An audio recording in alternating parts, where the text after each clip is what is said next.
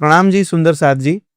मैं वडोदरा से डॉक्टर धार्मिक आपके सामने उपस्थित हुआ हूँ। पिछले कुछ दिनों से निजानंद संप्रदाय में कुछ विवादित प्रश्न खड़े हुए हैं और उन्हीं प्रश्नों का प्रामाणिक और निष्पक्ष उत्तर देने के लिए आपके सामने आज आचार्य श्री सूर्य प्रताप जी भी उपस्थित हुए हैं और आचार्य जी के बारे में कुछ बताना चाहूँगा।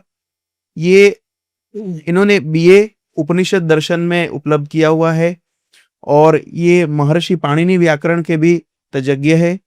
तो मेरे पास कुछ लिखित प्रश्न है, मैं इनसे प्रश्न करूंगा और आशा रखूंगा कि हमें इनके माध्यम से सारे प्रश्नों के निष्पक्ष उत्तर मिले। सबसे पहले प्रणाम जी महाराज जी। प्रणाम जी। आशा रखता हूं कि आपके माध्यम से हमें सारे प्रश्नों के निष्पक्ष उत्तर मिले। तो बिल्कुल। मेरा सबसे पहला प्रश्न आपसे ये है कि क्या हमें भागवत कथा करवानी चाहिए या नहीं, अथवा करनी चाहिए या नहीं?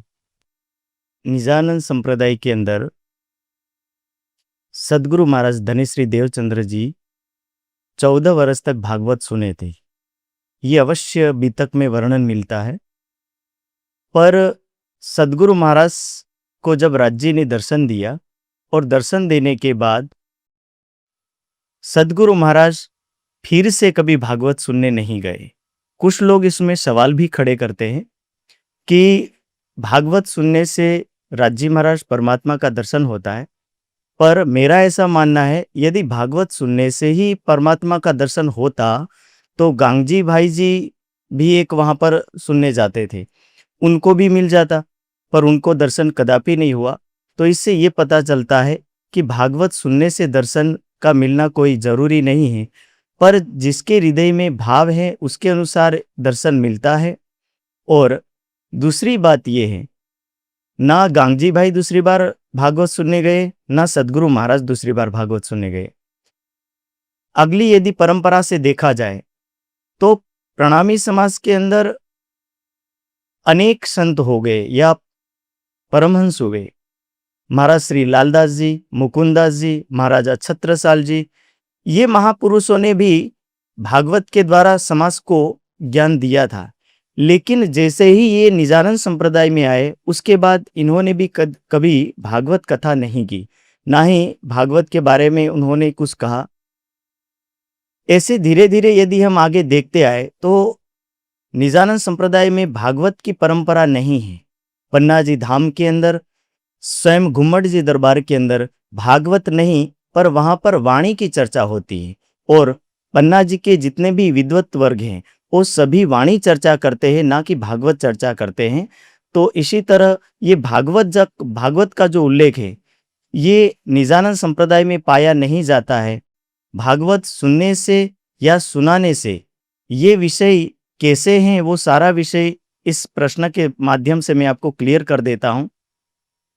वास्तविकता ये है कि भागवत को लेकर के वाणी में किरंतन ग्रंथ में लिखा है, प्रकरण नंबर 10, चौपाई नंबर 10, ए संसार बड़ा कोहेड़ा और कोहेड़ा भागवत, ए दो एक पूंजी से खोलू जो कोई देखो आगे संत। कि संसार तो एक उलझन वाला है ये, पर इससे के साथ साथ भागवत भी एक उलझन जैसा विषय है, ऐसा वाणी में कहा है। दूसरी जगह एक प्रश्नकर्ता ने प्रश्न भी किया था कि श्री प्राणनाथ जी पन्ना जी दरबार के अंदर भागवत को भी चर्चा के समय रखते थे और ये प्रसंग दूसरे पहर में आता है। पर मेरा ऐसा मानना है कि जब चर्चा का प्रसंग आता था उस समय केवल भागवत नहीं पधराते थे, भागवत के साथ साथ श्री जी साहब कुरान भी पधराते थे, बुद्ध गीता, बुद्ध स्रोत और पुराण संहिता, महेश्वर तंत्र, ये धर्म ग्रंथ भी रखते थे। और इन धर्म ग्रंथों को रखने का तात्पर्य है कि जब सुंदर साथ को समझाया जाए तो प्रमाण के लिए कहीं से श्लोक वगैरह देखने की जरूरत पड़े तो कौन से अध्याय में, कौन से प्रकरण में ये सारी चीज लिखी है, इसलिए उन धर्म ग्रंथों को रखा जाता था, ना कि इन धर्म ग्रंथों की कथा करने के लिए रखा जाता था। बीच में वाणी पधराई जाती थी और वाणी की ही चर्चा होती थी, पर कभी कभी प्रमाण की जरूरत पड़े तब वहां पर ये प्रमाण देखे जाते थे। यदि श्रीजी साहब भागवत करने के लिए हमें कहते तो सूरत में जिन वैष्णवों को प्रबोधित किया, उनको क्यों प्रबोधित करने की जरूरत पड़ी? वहां तो उनको यही कहा कि यदि आपको जानना है तो ब्रह्मवाणी से जाने, आप इस भागवत के मार्ग से ना चले। और इसी को लेकर के वाणी में एक प्रकरण में भी आता है, लिखा है 68 प्रकरण में कि कल्प वृक्ष तिहा वेद थयो, तेनु फल निपनु भागवत, बन पक्व रस ग्रही मुनि थया, एम सुखे परश्वय संत। कि एक वृक्ष के रूप में वेद है, उस वेद का फल भागवत है, और उस फल को किसने बताया? तो कि सुखदेव मुनि ने बताया। और वही सुखदेव मुनि ने ये संत तक, यानी ये ज्ञान संतों तक पहुंचाया। उसकी अगली चौपाई में, उस प्रकरण की लास्ट चौपाई में ये बात कही है, एरस सन्मुख साध लेने बैकुंठ शून्य समाय। के भागवत कथा को सुनने के बाद एरस सन्मुख साध लेने बैकुंठ शून्य समाय, यानी इसको सुनने के बाद व्यक्ति कहां तक जाता है? तो वाणी में कहा है कि या तो बैकुंठ की प्राप्ति होती है, या फिर महाशून्य निराकार तक ही व्यक्ति पहुंच सकता है। उससे या आगे यदि परम धाम जाना हो तो भागवत आपको पहुंचा सकता नहीं है। अगले चरण में कहा है, बीजा काष्ट भकी जन हेठे उतरिया, तेता जल बिना लहरे पछताया। कि बाकी व्यक्ति जो कर्मकांड की जाल में फंसे हैं, ऐसा व्यक्ति ना तो वो बैकुंठ जा सकता है, ना महाशून्य निराकार में जा सकता है, वो व्यक्ति पातालीय लोक में ही समाहित हो जाएगा। इसी तरह निजानंद संप्रदाय के अंदर ये बात कही गई है। प्रमाण देने के लिए प्रश्नकर्ता ने पद्धति की एक चौपाई का भी प्रमाण दिया है कि शास्त्र श्रवण श्री भागवत। और ये बात शास्त्र श्रवण श्री भागवत वाला जो प्रसंग है, इसमें श्रीजी साहब हरिद्वार के कुंभ के मेले में जो व्यक्ति प्रवाही थे, उन प्रवाहियों को प्रमाण देने के लिए इस बात को बताते हैं कि प्रमाण स्वरूप में भागवत को सुनना चाहिए, क्योंकि भागवत में ब्रज और रास का 35 अध्याय लिखा हुआ है। ये प्रमाण स्वरूप मान्य है, और इसीलिए प्रमाण स्वरूप में भागवत को सुनने के लिए कहा गया है। ना कि उस भागवत को आप कथा के रूप में सुनो, और ना कि ब्रह्मवाणी से ऊंचे रखो और ब्रह्मवाणी की चर्चा की अपेक्षा तुम भागवत चर्चा करो। ऐसा उल्लेख ब्रह्मवाणी में नहीं मिलता है। और यदि आपको सुनना है भागवत तो ना नहीं है, पर इतना अवश्य समझिए कि 68 नंबर के जो प्रकरण में बात कही है कि या तो भागवत सुनने वाला बैकुंठ जाएगा, या महाशून्य निराकार के अंदर समाहित हो जाएगा, या फिर पातालीय लोक में चला जाएगा, पर वो परमधाम कदापि नहीं जा सकता। तो इसीलिए हर सुंदर साथ से भी मेरा यही निवेदन है, और डॉक्टर साहब आपसे भी यही निवेदन है कि आप समाज को ये संदेश दें कि आप वाणी की तरफ आगे बढ़े। भागवत का प्रसंग केवल प्रमाण स्वरूप में माने, ना कि आप भागवत को सर्वोपरि माने, क्योंकि वाणी जागृत बुद्धि का ज्ञान है और निज बुद्धि का ज्ञान है, और ये ज्ञान स्वयं परमात्मा के द्वारा दिया हुआ है। इस ज्ञान के बराबर दुनिया में किसी का ज्ञान नहीं है। यही मेरा आपके लिए जवाब है। काफी अच्छा उत्तर है। काफी सारी कंफ्यूजन्स इससे क्लियर हो जाती है महाराज जी। और अब दूसरा प्रश्न यह है कि क्या वेदों को कोहेड़ा कहा गया है? बिल्कुल, ये बात कही गई है कि वेदों को कोहेड़ा कहा गया, पर वेदों को कोहेड़ा के साथ साथ वाणी में वेदों की महिमा भी गाई गई है। लिखा है वाणी में, कोई दोष मा देजो रे वेदनी ए बोले से सत्य, के वेद सत्य बोलता है, उसको दोष मत दीजिए। दूसरी जगह भी इसका उल्लेख प्राप्त होता है, सत्यवाणी से वेद तणी, के वेद की वाणी सत्य है और ऐसी सत्यवाणी को ग्रहण करना चाहिए। इसलिए वेद के बारे में जो लिखा है कि कोहेड़ा शब्द जो प्रयोग हुआ है, संस्कृत के व्याकरण में जो आचार्य हुए, उन आचार्यों की वजह से जब कोई शब्द नहीं समझ में आता है तो उस शब्द का अर्थ का अनर्थ कर देने के कारण से उनको कोहेड़े शब्दों से संबोधित किया है। जैसे मान लीजिए, आपको एक उदाहरण देता हूं। प्राचीन काल के अंदर सती परंपरा चली, और सती परंपरा के अंदर वेद में एक मंत्र आता है कि पति के मरने के बाद पत्नी को घर का कार्यभार संभालना चाहिए, राजा के मरने के बाद रानी को राज्यपाट संभालना चाहिए। इसी प्रकार वहां वेद में लिखा है कि अग्रे कृतम, कि पत्नी को आगे आना चाहिए।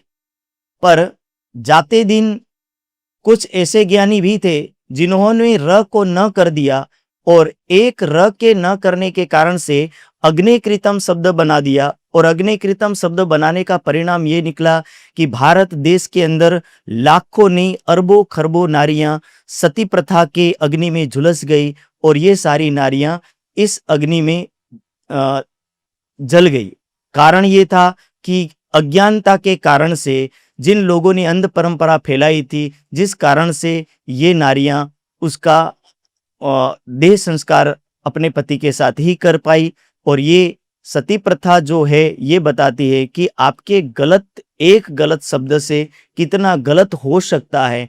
इसलिए व्याकरण के अंदर जितने स्वर हैं उन स्वरों के अंदर यदि कोई मात्राएं बढ़ जाए या घट जाए तो उसका अर्थ का अनर्थ होता है। इसलिए ना मात्राएं घटाई जाए ना बढ़ाई जाए, जैसा है वैसा ही मानने से ये वेद कोहेड़ा यानी उलझन वाला विषय नहीं रहेगा। पर जब तक ये इस तरह के विषय बने रहेंगे, जैसे एक और उदाहरण देता हूं, पृथ्वी शब्द को वेद में या निरुक्त के अंदर तकरीबन 125 बार प्रयोग किया है कि पृथ्वी को अनेक अर्थ में लिया जाता है। तो इसका मतलब ये नहीं कि हर जगह पृथ्वी शब्द प्रयोग किया जाए। तो कई बार पृथ्वी के लिए गौ शब्द भी प्रयोग हुआ है। तो जरूरी नहीं है कि आप पृथ्वी के लिए गौ शब्द का प्रयोग करें और गौ का मतलब गाय ही ले ले, तो ऐसा नहीं है। वहां समझना चाहिए कि किस समय कौन सा प्रसंग लेना चाहिए। जैसे एक उदाहरण में कहा जाता है कि कोई व्यक्ति खाते टाइम ये कहे कि सेंधव ले आओ। सेंधव का मतलब घोड़ा भी होता है और नमक भी होता है। यदि कोई व्यक्ति ये कहे कि सेंधव लाओ और ऐसा कहने से कोई व्यक्ति घोड़ा ला करके खड़ा कर दे तो वो अर्थ नहीं होगा, वो अनर्थ हो जाएगा, वो विषय नहीं बैठेगा। इसी प्रकार यहाँ पर वेद को कोहेड़ा कहने का तात्पर्य कि ये व्याकरण के कारण उलझा हुआ विषय है, बाकी ये उलझा हुआ विषय नहीं है।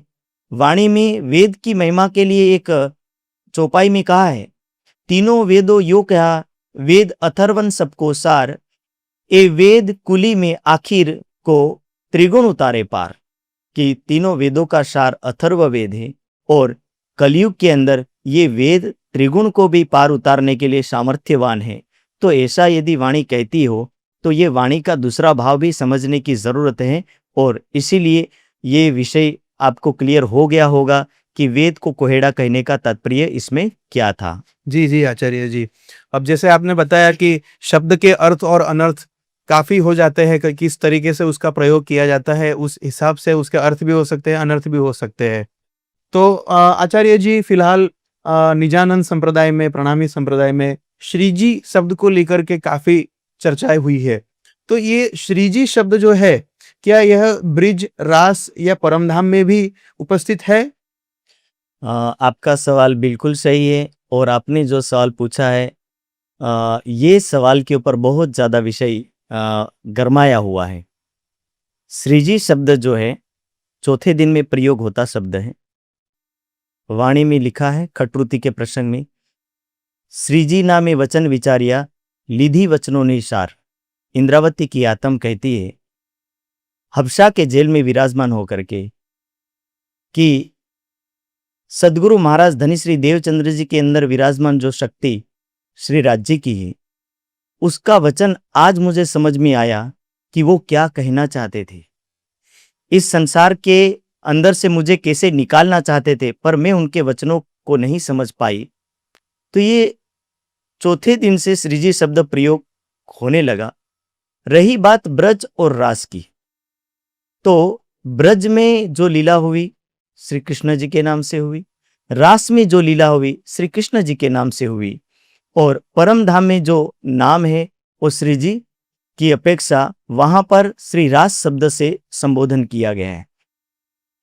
पर वाणी के एक प्रकरण के अंदर और वाणी के अंदर ये कथन पाया जाता है, लई अजवालु तारतम सार वली आव्या श्रीजी आवार, के तारतम का प्रकाश लेकर के, तारतम ज्ञान को लेकर के वली आव्या श्रीजी आवार। वली का तात्पर्य होता है, गुजराती भाषा शब्द है, वली का तात्पर्य होता है दूसरी बार।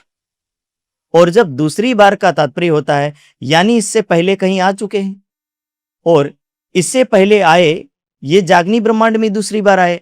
उससे पहले कहीं आए थे तो ब्रज में आए, उसके बाद रास में आए, और जब रास में आए और ब्रज में आए तो उस रास वाले स्वरूप को श्रीजी शब्द से संबोधित किया है, ब्रज वाले स्वरूप को श्रीजी शब्द से संबोधित किया है।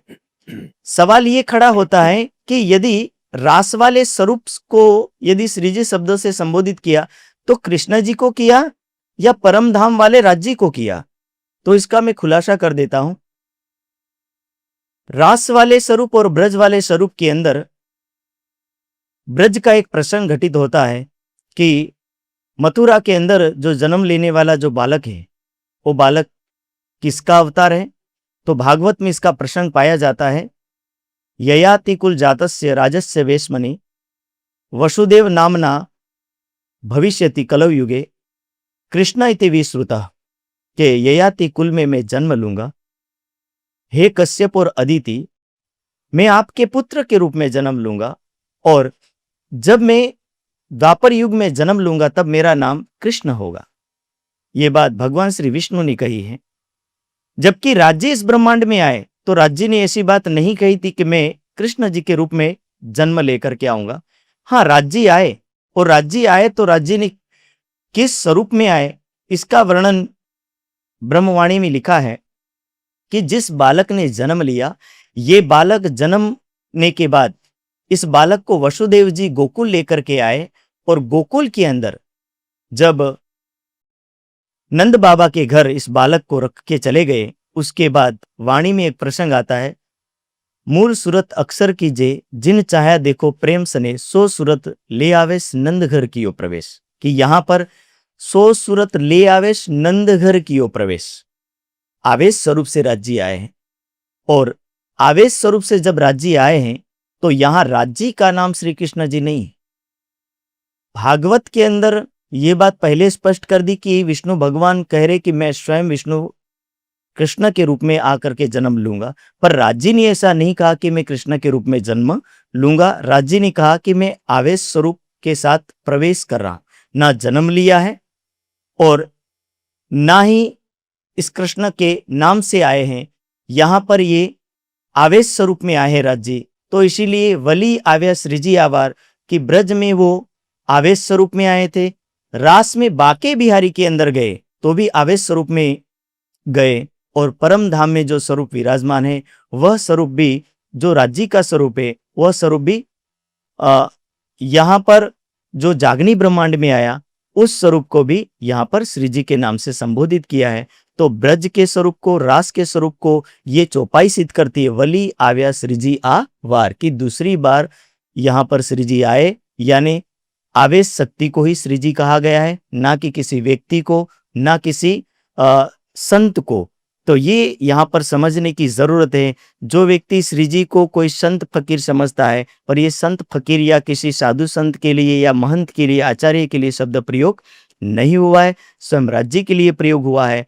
और यही बात समझ लेना चाहिए कि वली आव्या श्री जी आवार, इसी बात को यदि मैं किसी और चौपाई से बताऊं तो लिखा है वाणी में, तारतम लय श्री राज पधार्या थयु ते सर्वने जान, कि यहां पर दुनिया में जो तारतम लेकर के आए हैं वो कौन लेकर के आए हैं? तारतम लय श्री राज पधार्या। एक जगह राज शब्द प्रयोग किया है, दूसरी जगह श्रीजी शब्द प्रयोग किया है। एक परमात्मा के लिए, एक राज्य के लिए दो शब्द पर्यायवाची शब्द प्रयोग हुए हैं। और जब दो पर्यायवाची शब्द प्रयोग हुए तो समझने वाला विषय इतना है कि श्रीजी शब्द रास में आवेश स्वरूप के लिए प्रयोग हुआ है, ब्रज में आवेश स्वरूप के लिए प्रयोग हुआ है, और जागनी ब्रह्मांड में श्रीजी शब्द प्रयोग हुआ है। तो श्रीजी को अन्यथा ना ले कि ब्रज में श्रीजी शब्द है या नहीं है, या रास में श्रीजी शब्द है या नहीं है। जब स्वयं मूल स्वरूप परमधाम वाले को ही श्रीजी कह दिया है तो अन्य शब्द लगाने की जरूरत नहीं है। पूज्य राजन स्वामी जी ने अपने वीडियो के माध्यम से जो जवाब दिए हैं, उन्होंने स्पष्ट कर दिया है कि श्री का तात्पर्य होता अनंत ऐश्वर्यवान जो पुरुष है परमात्मा, उस अनंत ऐश्वर्यवान परमात्मा को ही श्री करके प्रयोग किया है और सम्मान पूर्वक जी लगाया गया है। इसीलिए ये श्रीजी शब्द एक उचित शब्द है। और साथ साथ में श्रीजी के साथ साथ साहेब शब्द भी प्रयोग किया गया है। तो इसीलिए ये श्री जी शब्द का यहाँ तक ही उत्तर है कि आप श्री जी को अन्यथा ना ले, किसी संत के रूप में या महराज ठाकुर के रूप में ना ले। मैं तो इतना कहूँगा कि श्री जी शब्द महराज ठाकुर को कब प्राप्त हुआ? तो जैसे मान लीजिए अग्नि के अंदर किसी लकड़ी के डाल देने के बाद या लोहे के डाल देने के बाद लोहा अग्निवत हो जाता है, इसी प्रकार महराज ठाकुर जब राज्य के ध्यान में डूबते हफ्सा के जेल में, और ध्यान में डूबने के बाद स्वयं महराज ठाकुर की आत्मा यानी इंद्रावती की आत्मा पुकार उठती है कि हे धामधनी, आपके बिना मेरा कोई अस्तित्व नहीं, इस संसार में मैं आपके बिना कैसे रह सकती हूं। तब वह आत्मा राज्य के लिए अपना प्राण न्यौछावर करने लगती है। तब वाणी में इस बात को दर्शाया है, जब आह शुकी अंग में तब श्वास भी छोड़े संग, तब तुम पर्दा टाल के दियो मोहे अपनो अंग।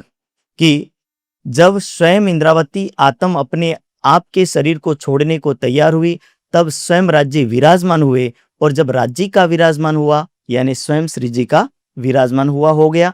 और ये बात यहाँ पर स्पष्ट हो जाती है कि राज्य विराजमान हुए यानी श्री जी विराजमान हुए। जैसे लोहे के अंदर अग्नि विराजमान हो जाती है तब उसको अग्निवत कहा जाता है। इसी को वेद के या उपनिषदों की भाषा में ऐसे कहते, ब्रह्मविदो ब्रह्म एव भवति, कि ब्रह्म के स्वरूप में, ब्रह्म के ध्यान में डूबने वाला व्यक्ति ब्रह्म समान हो जाता है।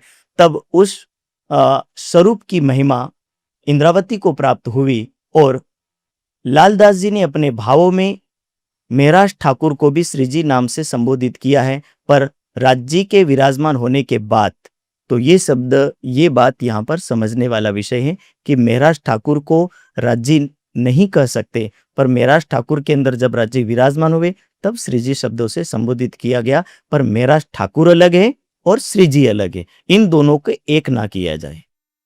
धन्यवाद आचार्य जी।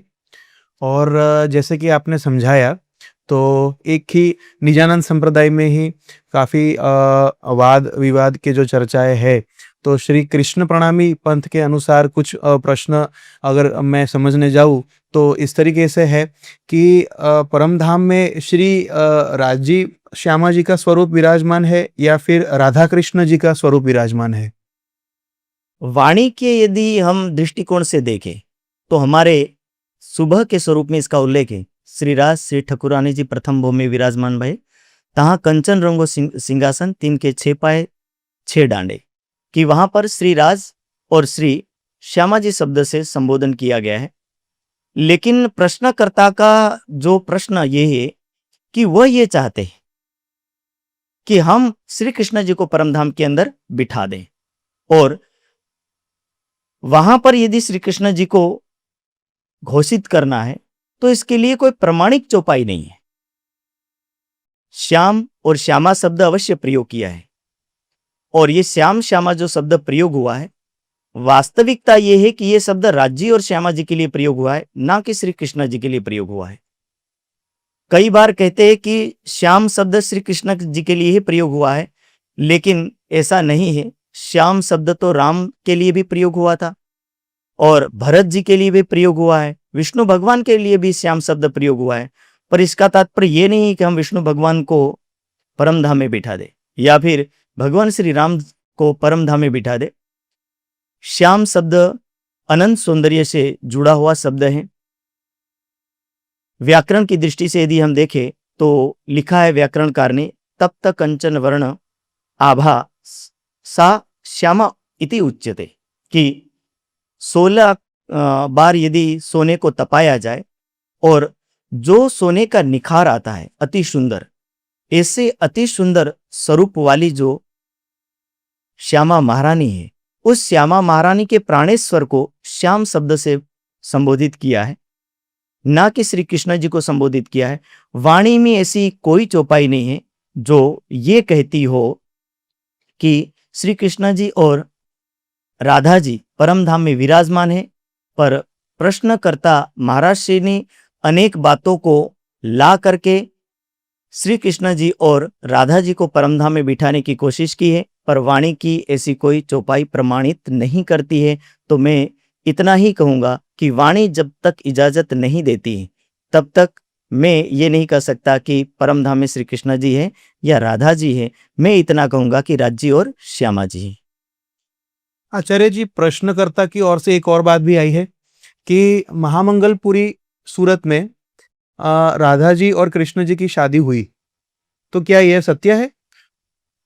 ये असत्य है और इस असत्य को मैं बताता हूं। प्रश्नकर्ता ने ये बात कही है कि मांगा किया राधाबाई का पर ब्याहे नहीं प्राणनाथ, मूल संबंधे एके अंगे विलसत वल्लभ साथ। प्रसंग है ब्रजमंडल का।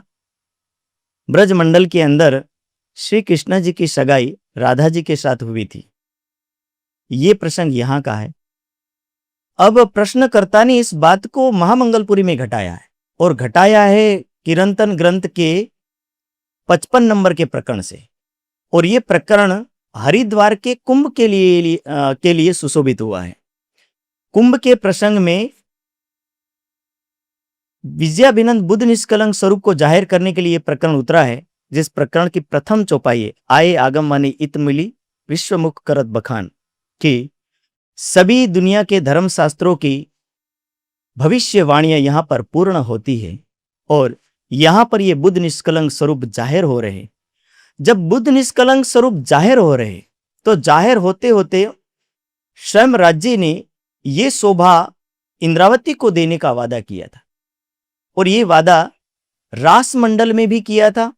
ब्रज मंडल के अंदर तामसिक सखी के रूप में इंद्रावती की आत्म पूर्ण रूप से राज्य को समर्पित होती है और पूर्ण रूप से समर्पित होने के साथ साथ जब रास मंडल के अंदर राज्य की अंतर्ध्यान लीला होती है, अंतर्ध्यान लीला के समय में सभी सखियों की आगेवान बन करके श्री कृष्ण जी का रोल निभाने के लिए राज्य महाराज ने इंद्रावती को कहा कि हे इंद्रावती सखी, जागनी ब्रह्मांड के अंदर में मेरी शोभा आपको दूंगा। इसका उल्लेख वाणी में दिया है। बड़ी बड़ाई दई आप थे ले इंद्रावती कंठ लगाए जी, कि अपने जैसी शोभा इंद्रावती को दी है और उसको और प्रमाणों से भी वाणी में प्रमाणित किया है। इंद्रावती के मी अंगे संगे इंद्रावती मेरो अंग, जो अंग सौंपे इंद्रावती को ताए प्रेमे रमाडो रंग, कि मैं इंद्रावती के हृदय में विराजमान हूं और उसके हृदय में विराजमान हो करके मैं मेरी साहेबी इंद्रावती को दे रहा हूं। इसका प्रकरण भी पूरा किरंतन ग्रंथ में दिया हुआ है। साहेब तेरी साहेबी भारी, कौन उठावे तुझविन तेरी, सो सारी दई मेरे सिर सारी, कि हे साहेब, आपनी साहेबी यानी आपकी शोभा आपने मुझे दी।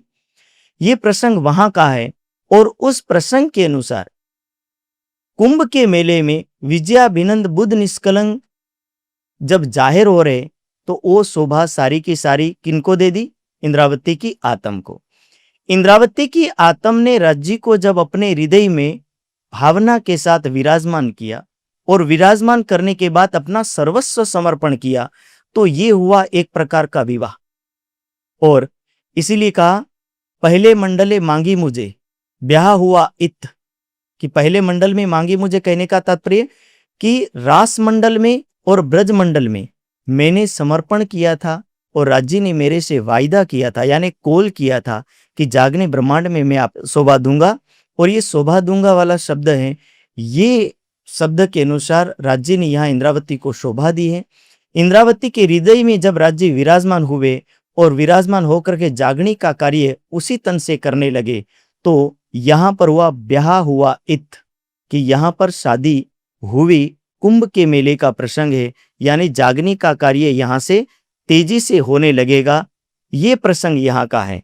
और यदि शादी का विषय सगाई का विषय लिया जाए तो श्यामा जी के साथ सगाई हुई है। 12,000 ब्रह्म सृष्टि और 24,000 ईश्वरी सृष्टि के साथ तो सगाई नहीं हुई थी। इस किरंतन के प्रकरण के अंदर 9वें नंबर की चौपाई में इसका भी खुलासा है। लिखा है एक बेर एक मांडवे मोर बांध्यो शीश 12,000 ब्याही और 1024, कि एक जगह एक मांडवे यानी ये जागनी रूपी मांडवा, और इस जागनी रूपी ब्रह्मांड के अंदर इस जागनी रूपी ब्रह्मांड के 4 थंब, और 4 थंबों में क्या लिया? ब्रज मंडल का पहला थंब, रास मंडल का दूसरा थंब, चौथे दिन का तीसरा थंब और 5वें दिन का चौथा थंब, के 4 थंबों रूपी ये विवाह मंडप। इस विवाह मंडप के अंदर हम लोगों ने राज्य से शादी की, विवाह किया। तो कह रहे हैं कि 12,000 ब्याही और 24,000 ब्याही। तो सगाई तो एक के साथ हुई थी, फिर 24,000 और 12,000 की सगाई तो नहीं हुई थी। यानी कि इस जागनी ब्रह्मांड के अंदर 12,000 ब्रह्म सृष्टि और 24,000 ईश्वरी सृष्टि जिस दिन राज्य को अपने हृदय में प्रेम पूर्वक विद्यमान करेगी, विराजमान करेगी, उस दिन सभी सखियों का विवाह राज्य के साथ माना जाएगा। और उसी प्रसंग को यहाँ पर दर्शाया है, ना कि सूरत में शादी होने का प्रसंग है। जागनी ब्रह्मांड के अंदर सूरत के अंदर विवाह होने का कोई प्रसंग सिद्ध नहीं होता है। महाराज जी ने इधर की चौपाई, उधर का प्रसंग, ये सारा प्रसंग मिला करके एक ऐसा प्रसंग सिद्ध किया जिससे ये सिद्ध कर सके कि मेराज ठाकुर के अंदर श्री कृष्ण जी विराजमान है, पर मेराज ठाकुर के अंदर श्री कृष्ण जी विराजमान नहीं है। और ना ही ये विवाह यहां सिद्ध होता है। किसी प्रसंग को समझने के लिए कोई भी सुंदर सा इतना अवश्य ध्यान दे, पहले तो प्रकरण के भाव को समझे। प्रकरण का प्रसंग किस समय काल और आधार पर हुआ है और किसके लिए कहा जा रहा है, कौन कहने वाला है, कौन सुनने वाला है और किसके लिए कहा जा रहा, ये जो भाव है ये यदि समझेंगे तो पूरा प्रसंग समझ में आएगा। जागनी ब्रह्मांड के प्रसंग को, हरिद्वार के प्रसंग को सूरत में घटाना किसी तर्क संगत नहीं है, ये अनुचित है। और इसी प्रसंग को इन्होंने घटाया। मुझे लगता है कि इस तरह का प्रसंग नहीं घटाना चाहिए, ये वाणी विरुद्ध है और बीतक विरुद्ध है। इसीलिए मेराज ठाकुर के अंदर श्री कृष्ण जी को विराजमान करने के लिए प्रसंगों को भ्रमित ना किया जाए, ये मेरा मानना है। आचार्य जी, आपने काफी अच्छा वर्णन दिया कि महराज जी के तन में कौन विराजमान है, लेकिन मैं फिर से पुनः आपसे प्रश्न करना चाहता हूं कि क्या महराज जी के तन में श्री कृष्ण जी है, क्या इनके तन में प्राणनाथ जी है, या फिर श्री जी साहेब जी विराजमान है? महराज ठाकुर के अंदर विराजमान इंद्रावती के आत्म के अंदर श्री प्राणनाथ जी विराजमान, ऐसा उल्लेख खटरुति के प्रसंग में प्राप्त है। पोते प्रगट पधार्या छो आड़ा देवसो ब्रिजनी रास, इंद्रावती सु अंतर का कीधु तमे मोने तेनो देवो जवाब। कि स्वयं आप प्रगट हुए हो और मुझे रास के स्वरूप में दर्शन दे रहे हो, ब्रज के स्वरूप में दर्शन दे रहे हो, फिर आप मुझे परम धाम के स्वरूप में दर्शन दे रहे हो, तो मुझे गोल गोल क्यों घुमा रहे हो? आप स्वयं प्रगटे हो तो स्वयं दर्शन दीजिए। और परम धाम का स्वरूप ही आपको दिखाना था, तो परम धाम के स्वरूप में सीधा मुझे क्यों नहीं बताया? तो इसका जवाब इंद्रावती की आत्म राज्य से पूछती है। तब राज्य उनको इस जवाब में कहते हैं कि मैं ब्रज में आया था आवेश स्वरूप में, रास में आया था आवेश स्वरूप में, पर अब जिस स्वरूप में प्रकट हुआ वो मैं उसका खुलासा करना चाहता हूं। तो वहां पर अगली चौपाई में इसका जवाब दिया है, आपोपो ओलखावी मारा वाला दर्पण दाखो छो प्राणनाथ, कि हे मेरे नाथ, स्वयं आप पधार करके मुझे ब्रज और रास के स्वरूप को क्यों बता रहे हो? स्वयं आप प्राणनाथ जी के रूप में विराजमान हुए हो, स्वयं प्राणनाथ जी के स्वरूप में आए हो, तो मैं तो आपको श्री प्राणनाथ जी के स्वरूप में ही स्वीकार करूंगी। तो ये चौपाई सिद्ध करती है कि इंद्रावती के आत्म जो स्वरूप विराजमान है उनके अंदर, वो स्वरूप श्री प्राणनाथ जी का है, ना कि श्री कृष्ण जी का है। इसलिए ये बात कह दी है कि आपोपो ओलखावी मारा वाला दर्पण दाखो छो प्राणनाथ। और दर्पण नु सु काम पड़े જ્યારે हाथ પહેર્યું कंकण, के जैसे हाथ में कोई कंगन पहना हो और उस कंगन को देखने के लिए कोई व्यक्ति उस हाथ को लेकर के शीशे में जाकर के देखे, तो बोले शीशे को देखने की जरूरत नहीं है, सीधा हाथ को ही देख लो। इसी प्रकार रास और ब्रज में जाने की मुझे जरूरत नहीं, मैं सीधा आपको ही देख रही हूं।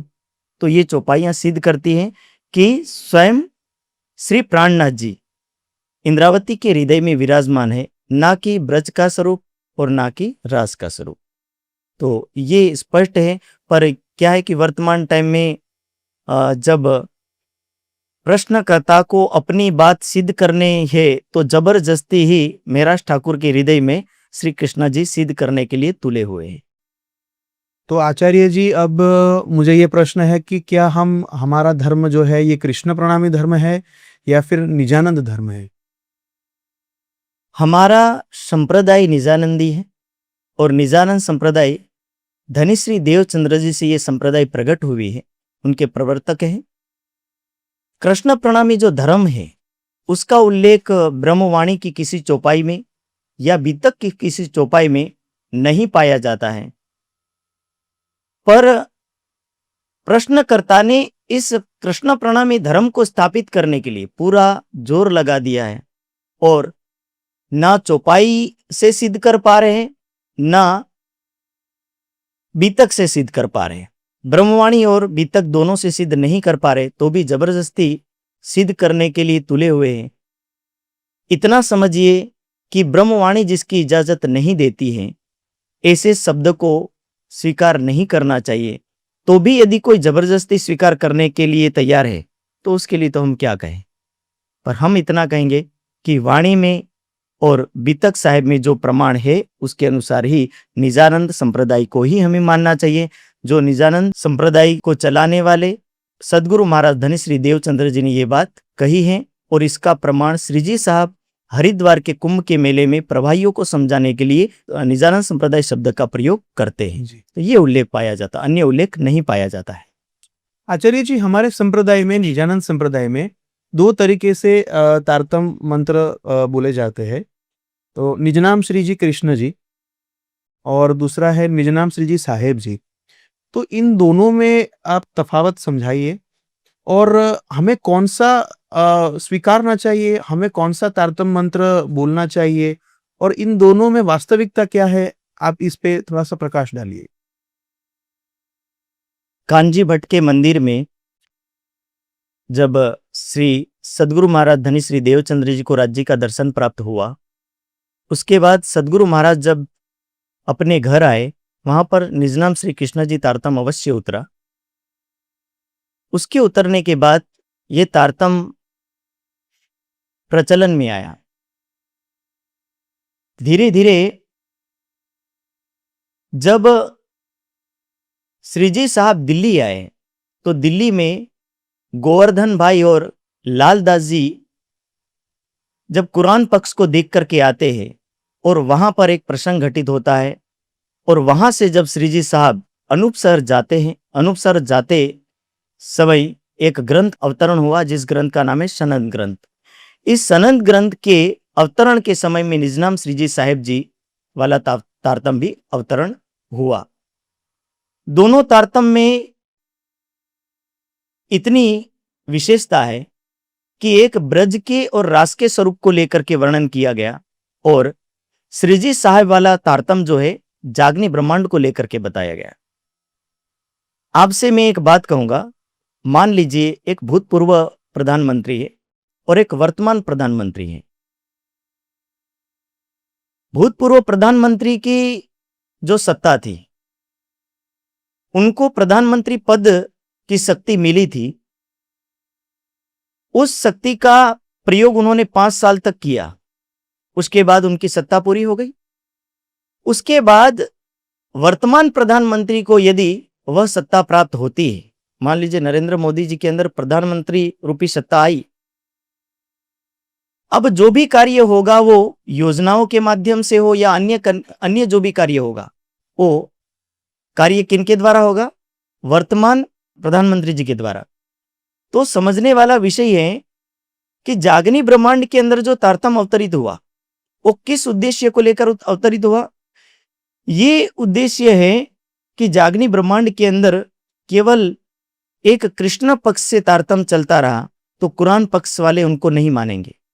इसीलिए बीतक में मेरता के प्रसंग में एक चौपाई आती है, श्री महामती कहे सात जी यहां लो ईशा का इलम, कि यहां तक श्यामा महारानी के ज्ञान का यानी कृष्ण पक्ष का ज्ञान चल रहा था, पर अब यहां से आगे अब मोहम्मद मिल चले एक कहो दिन आदम, कि अब कुरान पक्ष यानी कतेब पक्ष और वेद पक्ष यानी हिंदू पक्ष, दोनों पक्षों को एकीकरण करने के लिए श्री जी साहेब वाला तारतम भी अवतरित हुआ और ये तारतम स्वयं श्री जी के मुखारविंद से अवतरित हुआ है। कई लोगों का ऐसा भी मानना है कि ये सरकार श्री और राजन स्वामी जी ने बदल दिया है, पर ऐसा नहीं है। हमारे पुराने से पुराने हस्तलिखित स्वरूप साहब में निजनाम श्री जी साहेब जी पहले से ही वर्णन है, ना सरकार श्री ने बदला है ना राजन स्वामी जी ने बदला है। तो ये जो शब्द है कि बार बार सरकार श्री ने बदला या राजन स्वामी जी ने बदला, ये कहना बिल्कुल अनुचित है और ऐसा नहीं कहना चाहिए। जब पहली पुराने से पुराने स्वरूप साहब की बात आ गई है तो बारंबार उसको रिपीट नहीं करना चाहिए। और वाणी में इसके बारे में अवश्य कहा है, तारतम देख विचार के पीयू लाए बेर दोई, कि तारतम 2 बार आया है, एक निजनाम श्री कृष्ण जी के रूप में और दूसरा निजनाम श्री जी साहेब के रूप में। तो इसीलिए इस दोनों तारतमों को हम समझे और समझ करके यदि वास्तव में आप तारतम को समझना चाहते हो तो वाणी के अंदर साहेब शब्द को लेकर के विशेष उल्लेख प्राप्त किया है। लिखा है, नर नारी बूढ़ा बालक जिन इलम लिया मेरा गुज, 3 साहेब कर पूजिया यही अरस का गुज। के इस जागनी ब्रह्मांड के अंदर नर हो, नारी हो, वृद्ध हो या कोई बालक हो, उन्होंने यदि वास्तव में मुझे समझाओ, 3 साहेब कर पूजिया, उन्होंने मुझे साहेब कर ही समझा है। पर जो मुझे नहीं समझ पाए हैं, जो मुझे नहीं जान पाए, वो लोग मुझे साहेब के रूप में नहीं स्वीकार कर पाएंगे। और यही चौपाई कह रही है कि नर नारी बूढ़ा बालक जिन इल्म लिया मेरा गुज, 3 साहेब कर पूजिया यही अरस का गुज। अरस यानी परम धाम का, गुज यानी बातूनी भाव यही है कि राज्य को हम साहेब के स्वरूप में ही समझे, साहेब के रूप में ही देखे। और यही साहेब शब्द की महिमा है। अगले एक और प्रमाण को भी यदि हम देखें तो वाणी में लिखा है, साहेब आए इंजिमी कारज करने 3, सबका झगड़ा मेट के या दुनिया या दिन। कि इस ब्रह्मांड में कौन आए? साहेब आए, ना कि श्री कृष्ण जी आए हैं। साहेब शब्द को ही विशेष रूप से व्याख्या दी गई है। तो इसीलिए हम साहेब के रूप में ही तारतम को समझे। और जिनको यदि ऐसा लगता है कि साहेब शब्द को हम नहीं मान सकते तो अवश्य वो श्री कृष्ण जी वाले तारतम को अपनाए। पर वाणी के भाव यही कहते हैं कि आप साहेब शब्द से जो अवतरित तारतम है उसको अपनाएं, ताकि आप इस तारतम के साथ साथ साहेब के गुज रहस्य को, परम धाम के गुज भेदों को भी समझ सके। धन्यवाद आचार्य जी। अब एक प्रश्न है कि क्या श्री प्राणनाथ जी और महामती जी एक है या अलग है? श्री महामती जी और श्री प्राणनाथ जी दोनों अलग है। महामती जी की शोभा इंद्रावती को प्राप्त है। श्री प्राणनाथ जी स्वयं राज्य हैं, स्वयं श्री जी साहेब हैं। और महामती जी ने ही कहा है, श्री महामती कहे सुनो साथ, खोल देखो बाणी प्राणनाथ, धनी जी लाए ध्यान थे वचन, जिनसे न्यारे ना होए चरण। के महामती जी कहती हैं, यानी कि इंद्रावती जी कहती है कि हे सुंदर साथ, प्राणनाथ जी की वाणी को खोल करके देखिए। हमारे लिए, आत्मा के लिए राज्य क्या ज्ञान लेकर के आए हैं, और जिस ज्ञान को लेने के बाद आप राज्य के चरणों से कभी अलग नहीं होंगे, ये प्राणनाथ जी ने कहा। तो ये चौपाई स्पष्ट कर रही है कि प्राणनाथ जी अलग हैं और महामती जी अलग है। यहाँ कहने वाली आत्म इंद्रावती की आत्म है, जिनको महामती कहा है, और जिनके बारे में कहा गया यानी श्री प्राणनाथ जी हैं। तो ये दोनों अलग अलग विषय हैं, पर समाज में आज ऐसा चल पड़ा है कि महामती जी और प्राणनाथ जी को एक कर दिया है। और एक करने के पीछे उनका उद्देश्य ये है कि महामती जी और प्राणनाथ जी को यदि हम एक घोषित करेंगे तो प्राणनाथ जी एक संत की लाइन में खड़े हो जाएंगे, और संत की लाइन में हम ये खड़े हो जाएंगे तो हम उनके बराबर हो जाएंगे, और ये कदापि संभव नहीं है। एक राज्य के बराबर कोई दुनिया का व्यक्ति नहीं हो सकता। इसीलिए उन्होंने पूरा जोर लगा दिया है कि प्राणनाथ जी को हम महामती के नाम से ही पुकारे। इसीलिए जब जब आपने सुना होगा तो कहते हैं महामती श्री प्राणनाथ जी ने कहा, महामती श्री प्राणनाथ जी ने नहीं कहा, प्राणनाथ जी ने कहा कहना चाहिए। महामती शब्द अलग करना चाहिए और प्राणनाथ जी शब्द अलग करना चाहिए। प्राणनाथ जी अलग है और महामती जी अलग है। तो ये दोनों प्रसंग अलग अलग है। और इसी को लेकर के वाणी में अन्य जगह भी प्रमाण मिलते हैं। ये वाणी चित्त दे सुनो साथ, कृपा कर कहे श्री प्राणनाथ। कौन कह रही? इंद्रावती की आता। ये वाणी चित्त दे सुनो साथ कि हे सुंदर साथ, इस वाणी को ध्यान पूर्वक सुनिए। ये वाणी कौन करे? कृपा करके कहे प्राणनाथ, कि ये वाणी कृपा करके प्राणनाथ जी कह रहे, अन्य कोई नहीं कह रहे। तो इसीलिए इंद्रावती की आत्मा तो स्पष्ट करती है, मेरे मुख से लुगा ना निकसे, कि मेरे मुख से तो एक शब्द नहीं निकल सकता, मैं तो एक शब्द नहीं कर सकती। ये कहने वाले तो स्वयं मेरे आधार, मेरे प्राण स्वरूप, मेरे नाथ श्री प्राणनाथ जी ने ये वाणी कही है। तो इसलिए प्राणनाथ जी अलग है और महामती जी अलग है, यानी इंद्रावती की आत्मा अलग है। दोनों विषय अलग अलग है, लेकिन एकीकरण करके समाज में भ्रांति फैलाई गई है। और जिनको जैसा मानना है वो माने, लेकिन स्पष्ट सुंदर साथ तक ये संदेश जाए कि आप एक ना माने, वाणी को समझे, वाणी के सही आशय को समझे, कौन कह रहा है, किसके लिए कह रहा है, इन प्रसंगों को अवश्य समझे। श्री गोपाल मणि महाराज को कृष्ण के रूप में दर्शन हुए थे राजी महाराज के।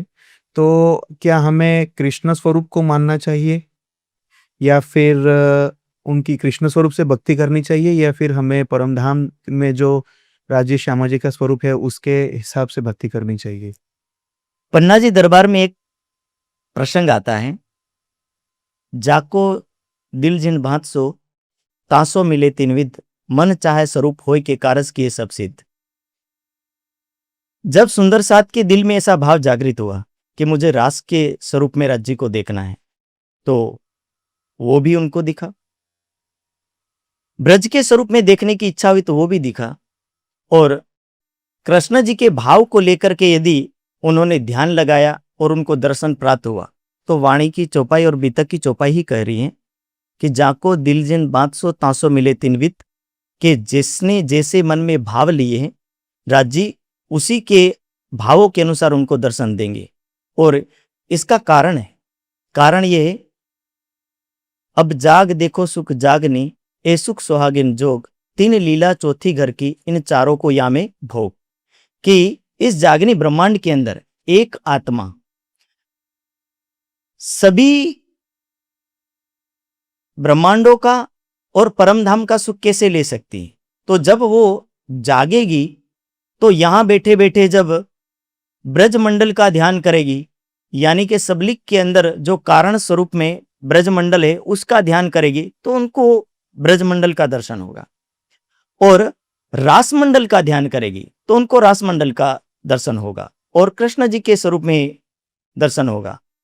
और जब परमधाम के स्वरूप में दर्शन करना चाहेगी तो उनको परमधाम के स्वरूप में ही दर्शन होंगे। इसका मतलब ये नहीं है कि गोपाल मणि जी महाराज एक परमहंस है, और ऐसे परमहंस के लिए मैं इतना तो नहीं कर सकता, पर ये कहता हूं कि वाणी की चौपाई के भावों के अनुसार उन्होंने जो भाव लिया है उनके अनुसार यदि राज्य ने दर्शन दिया है तो उचित है। पर वर्तमान समय ये कहता है कि आप राज्य को राज्य के स्वरूप में ही देखें। जागनी ब्रह्मांड में साहेब शब्द के रूप से राज्य आए तो साहेब के रूप में स्वीकार करें, आप उस भाव से माने, ये राज्य का भाव है।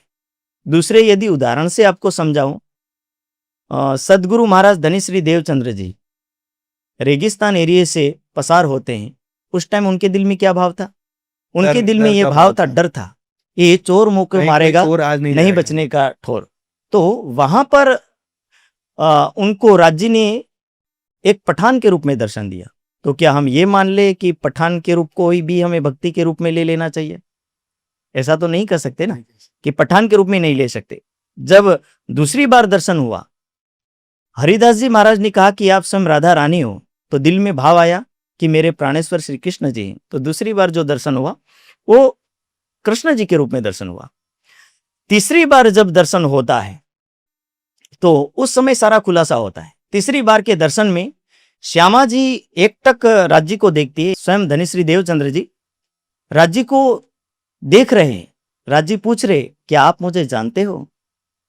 तो श्यामा जी के पास उनका जवाब नहीं है, इतना कहती है, हम एता जानत तुम हमारे खावन। यदि जानते होते तो कह देते ना कि आप हमारे प्राणेश्वर श्री कृष्ण जी हैं, पर वहां ये नहीं कहा, ना पठान का बयान किया ना कृष्ण जी का बयान किया। क्या लिखा? हम एता जानत तुम हमारे खावन, कि आप हमारे स्वामी हो इतना जानते हैं, पर यह स्पष्ट नहीं है कि आप कौन से स्वरूप में आए हैं और ये स्वरूप कहाँ का है। तब राजे समझाते हैं और उस समय उनको परम धाम के स्वरूप के बारे में समझाते हैं, रास और ब्रज के स्वरूप में समझाते हैं कि मैं इस स्वरूप में भी आया था, रास में भी आया था, ब्रज में भी आया था, और आप सखियों के रूप में और आप राधा जी के रूप में आई थी। तो इस तरह पूरा उल्लेख देते हैं और पूरा उल्लेख देकर के समझाते हैं।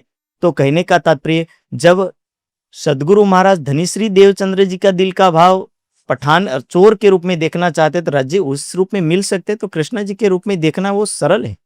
और ये चौपाई स्पष्ट कर रही है कि जाको दिल जिन भांत सो तासो मिले तीन विद, कि आप यदि देखना चाहो तो वैसा मिल सकता है।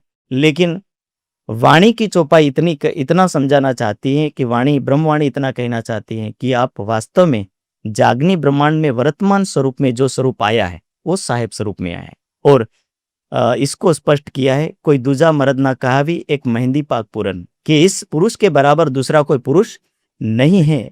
और यही विद्या विनंद बुद्ध निष्कलंक स्वरूप है, उसको आप श्रीजी साहब में के स्वरूप में ही माने। और यदि श्रीजी साहब के स्वरूप में नहीं मानते तो उसको दोष क्या लगेगा? तो कयामत नामा में इसका खुलासा कर दिया, इन मोती को मोल ना कहो जाए, ना ही किन्हू कानो सुनाए, सोई जले जो मोल करे और सुनने वाला भी जल मरे। कि यदि साहेब शब्द की निंदा करता है, श्रीजी शब्द की निंदा करता है, तो आखिर के समय में पश्चाताप की अग्नि में उसको भी जलना पड़ेगा। और साहेब को नहीं स्वीकार कर पा रहा है तो परमधाम जाने की तो बात ही नहीं। तो इसीलिए ये वाणी के वचन है, वाणी के वचनों को आप अपनाइए। परमहंसों ने जिस जिस दिल भाव में लिया है उनको उस रूप में मिला है। तो इसीलिए वर्तमान समय में हम वैसा ही समझे कि अपना भाव क्या होना चाहिए, अपना भाव साहेब के स्वरूप में ही होना चाहिए, ये वाणी कहती है। तो आचार्य जी, मेरा एक और प्रश्न है आपसे। जी, निजानंदी कौन है? निजानंदी कौन है, ये वास्तव में एक अहम सवाल है और इस सवाल के ऊपर भी बहुत सारी बातें उठी हैं। पहले तो हम इसका यदि शाब्दिक अर्थ समझे तो निज का तात्पर्य है स्व, यानी खुद, और आनंद से तात्पर्य है कि जो अपने आनंद में, खुद के आनंद में डूबा रहे उसको क्या बोलते हैं? निजानंदी। अपने आनंद में लगा रहे उसको बोलते हैं निजानंदी। पर प्रश्नकर्ता ने ये प्रश्न डॉक्टर साहब बहुत अच्छा किया था कि निजानंद स्वामी जी के द्वारा जो तारतम दिया गया है उस तारतम को मानने वाले व्यक्ति को ही निजानंदी कहा जाएगा। तो मेरा ऐसा मानना है, पहले तो हम ये व्याख्या समझे कि निजानंदी जो है, उन निजानंदी के लिए निजानंद स्वामी कहां कहां पर है। तो हम शुरुआत से समझते हैं। एक प्रसंग आता है, मेराज ठाकुर गोवर्धन ठाकुर के धाम गमन के बाद बहुत ज्यादा वीक हो जाते, कमजोर हो जाते हैं, और सदगुरु महाराज से बारंबार ये सवाल करते हैं कि सदगुरु महाराज मुझे परमधाम दिखाओ। पर सदगुरु महाराज उनको समझा के भेज देते हैं। पर एक दिन नहीं रहा गया तो अवगुण पूछा, तो कहा कि आप निर्मल आत्म परमधाम की हो। पर अगले प्रसंग में जब लास्ट हो गया, ज्यादा विरहा हुआ उनको, मेराज ठाकुर को, तब उन्होंने कहा कि मुझे उठाओ, आप बैठो। यानी कि यदि आप वास्तव में परमधाम देखना चाहते हो तो मेरे तन की लीला पूरी होने के बाद ही आप देख पाएंगे, तो मेरी लीला को ही यहां पूर्ण करना पड़ेगा। तो ये पहला प्रसंग है कि मेराज ठाकुर के हृदय में बैठने वाला स्वरूप भी क्या है? सदगुरु महाराज का ही है। और दूसरे प्रसंग से यदि हम समझते हैं तो दूसरे प्रसंग में ये आता है, मैं धाम दरवाजे पेठ ना सकी, ठाड़ी इंद्रावती करे रुदन। सदगुरु महाराज 5वें दिन की लीला को करने के लिए बालबाई को कई बार भेजते मेराज ठाकुर के पास, बिहारी जी को कई बार भेजते महराज ठाकुर के पास कि आप महराज ठाकुर को बुला करके लेकर के आओ। तो जब महराज ठाकुर आते हैं, उस समय का ये प्रसंग है। बालबाई लास्ट में उनको बुलाने जाती है। बालबाई समझ नहीं पा रही थी कि आखिर सदगुरु महाराज बार बार क्यों महराज ठाकुर को बुला रहे हैं। तब ये बात उनको कहते हैं कि आपको क्या समझ में आता है, इंद्रावती के हृदय में मुझे स्वयं बैठना है और उनका हृदय अभी द्रवित है, दुखी है। ऐसे दुखी हृदय में मैं कैसे बैठ सकता हूं। तब ये प्रसंग आता है कि धाम दरवाजे में बैठ ना सकूं, ठाड़ी इंद्रावती करे रुदन, के स्वयं सदगुरु महाराज महराज ठाकुर के हृदय में विराजमान होते हैं, यानी कि श्यामा जी। अब धीरे धीरे हम और आगे बढ़ते हैं तो आगे प्रसंग ये आता है कि दिल्ली के अंदर एक प्रसंग घटित होता है संग जी और नाग जी और प्रेम जी का। संग जी नाग जी के प्रेम जी के इस प्रसंग के अंदर ये तीनों भाई आते हैं, तीनों सुंदर साथ आते हैं और सदगुरु महाराज जी का दावा लेकर के महराज ठाकुर को कहते हैं कि आप ना तो जामनगर आते हैं और ना ही सदगुरु को मानते, आप कैसे सदगुरु महाराज के अनुयायी कहलाएंगे, हम आपको सदगुरु महाराज के अनुयायी निजानंदी कैसे कहें। ये सवाल आज उठा ऐसा नहीं, ये सवाल उस टाइम भी उठा था और स्वयं श्री जी साहब को ही निजानंदी नहीं ऐसी बात संगजी नागजी प्रेम ने उठा दी थी। तब रात्रि की जब चर्चा होती है और रात्रि की चर्चा के टाइम सदगुरु महाराज का दर्शन महराज ठाकुर के हृदय में से होता है। उनको जब चर्चा होती है सदगुरु महाराज का दर्शन होता है और इस दर्शन को करने के बाद संगजी नागजी प्रेम जी ये तीनों सुंदर साथ मिल करके पूरे भारत के सुंदर साथ को पत्र लिखते हैं कि सदगुरु महाराज को हमने दिल्ली में महराज ठाकुर के हृदय में देखा। अब मुख्य विषय पर आते हैं कि निजनाम श्री जी साहेब जी तारतम किन से उतरा, महराज ठाकुर से या सदगुरु महाराज। तो सदगुरु महाराज स्वयं महराज ठाकुर के अंदर विराजमान है। निजनाम श्री कृष्ण जी तारतम भी सदगुरु महाराज यानी श्यामा जी और राजी से उतरा है और निजनाम श्री जी साहेब जी भी जो महराज ठाकुर के अंदर विराजमान स्वरूप श्यामा जी और राजी से ही उतरा है, यानी सदगुरु महाराज महराज ठाकुर के हृदय में विराजमान ही थे। और जब स्वयं सदगुरु महाराज विराजमान हो करके ये तारतम निजनाम श्री जी साहेब जी वाला उन्होंने ही कहा है, इसीलिए हम भी निजानंद आचार्य जी के द्वारा कहा हुआ तारतम मान रहे, इसलिए हम भी निजानंदी है, उसमें कोई दोष नहीं है। और वाणी में ये बात कही, ए रचना श्यामा जी की पिलावत रस रब का, कि ये ब्रह्मवाणी किसकी है, श्यामा जी की है। पूरी ब्रह्मवाणी की चौपाइयां, पूरा ज्ञान श्यामा जी से ही अवतरित हुआ है, राज्य ने ही दिया है। और जब राज्य और श्यामा जी के द्वारा ही ये ज्ञान अवतरित हुआ है तो इस ज्ञान के सिद्धांतों का पालन करने वाला सुंदर साथ ही निजानंदी है। पर प्रश्नकर्ता ने ऐसा सोचा है कि कृष्ण के नाम से जो तारतम उतरा वही सदगुरु महाराज ने दिया, ऐसा नहीं है। एक बार इन प्रसंगों को जो मैंने बताया, इन प्रसंगों को प्रश्नकर्ता अवश्य अवलोकन करे और जो सुंदर साथ समाज इस प्रश्न से घबरा गया है वो सुंदर साथ इन उदाहरणों को, इन प्रसंगों को अवश्य ध्यान दे, ताकि उनको सीधा समझ में आ जाएगा कि इंद्रावती के हृदय में बैठने वाला स्वरूप भी सदगुरु महाराज का ही, अन्य स्वरूप नहीं है। और उनके हृदय से जो भी शब्द निकलेंगे वो सदगुरु महाराज के मुखारविंद से निकले हुए शब्द ही माने जाएंगे। तो ये सीधी बात समझ में आ रही है और इसीलिए हम ही निजानंदी है और वो दूसरा तारतम भी सदगुरु महाराज यानी श्यामा जी के माध्यम से, राज्य के माध्यम से ही कहा गया है, अन्य कोई और प्रसंग नहीं है। उलझने की जरूरत नहीं है, हम सीधे रूप से समझे। सीधे रूप से यदि शांति पूर्वक मन को स्थिर करके वाणी को मंथन करेंगे तो ये बात अवश्य समझ में आ जाएगी। ये बात तो मेरता में आते आते भी ये चौपाई उतरती है। श्री धनी जी को जोश आत्म दुल्हन नूर हुक्म बुध मूल वतन ए पांचों मिल भई महामद, कि महराज ठाकुर के हृदय में यानी इंद्रावती के हृदय में कौन बैठा है, अक्षरातीत की आवेश शक्ति और स्वयं श्यामा महारानी।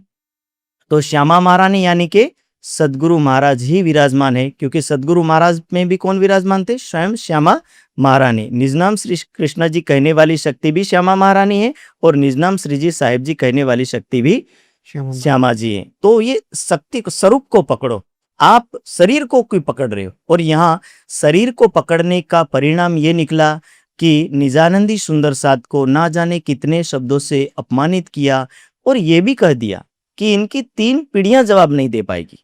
और मैं इतना मानता हूं कि हमारी प्रथम पीढ़ी महाराज श्री राम रतन दास जी हैं। वो ऐसे एक परमहंस थे, कहा जाता है कि प्रेम के स्वरूप थे। ऐसे प्रेम के स्वरूप को अपमानित शब्दों से ये कहा कि वो भी ऊपर चले गए। पहली पीढ़ी भी उनके ऊपर चली गई, दूसरी पीढ़ी भी ऊपर चली गई, तीसरी पीढ़ी भी कुछ नहीं कर पा रही और हम तो चौथी पीढ़ी क्या 5वीं पीढ़ी में आते हैं। और 5वीं पीढ़ी से नहीं, पहली पीढ़ी से नहीं, ये निजनाम श्री जी साहिब जी वर्षों से चला आ रहा। इसलिए निजानंदी के ऊपर जो आक्षेप उठाना ये उचित नहीं है और किसी संत के लक्षण नहीं है। ये बिल्कुल एक सामान्य, जैसे अनपढ़ व्यक्ति बोल रहा है वैसी भाषा का प्रयोग नहीं करना चाहिए। और निजानंद पूरा समाज इससे दुखी है। तो मेरा इतना ही कहने का तात्पर्य है कि ये दोनों तारतम्य को अवश्य ध्यान से समझे और तीनों पीढ़ियां जवाब नहीं दे पाई, ये समझना उनकी भूल है। तीनों पीढ़ियां क्या, हमारी तो प्रथम पीढ़ी से ही सवाल के जवाब दिए जा रहे और प्रथम पीढ़ी के ऊपर जो सवाल खड़े किए, निजानंद शेरपुर आश्रम के ट्रस्टी होने के बाद निजानंद शेरपुर आश्रम के अधिष्ठाता या संस्थापक के ऊपर सवाल खड़े कर दिए उन्होंने। तो ये अक्षम्य अपराध है, ऐसा नहीं करना चाहिए था। और ऐसा करने का मतलब कि आपने महाराज श्री राम रतन दास जी को, परमहंस महाराज श्री को इस लाइन में खड़ा कर दिया कि वो भी असत्य मार्ग पर चल रहे थे। तो ऐसा उनको सवाल नहीं खड़ा करना चाहिए था। मैं तो शेरपुर आश्रम वासी सुंदर साथ को भी यही कहूंगा कि यदि महाराज श्री के ऊपर सवाल खड़ा किया गया है और तो भी आप चुप हैं, तो ये मुझे उचित नहीं लगता। आपको भी उनका अवश्य उत्तर देना चाहिए और किसी के ऊपर कटु शब्द उन्होंने जो बोला है उस कटु शब्द का भी उत्तर देना चाहिए। ये मेरा सभी सुंदर साथ से और निजानंद आश्रम से भी निवेदन है। धन्यवाद आचार्य जी। काफ़ी प्रश्नों का आपने काफ़ी उत्तर जो दिया है वो उसमें काफ़ी क्लैरिटी है और मैं आशा रखता हूँ कि सारे समस्त सुंदर साथ को भी, जिनको भी ये प्रश्न जो है उनको हुए थे, उनको भी काफ़ी अच्छी क्लैरिटी मिली होगी। तो आपका वापस से पुनः एक बार धन्यवाद। प्रणाम जी, आभार। प्रणाम जी।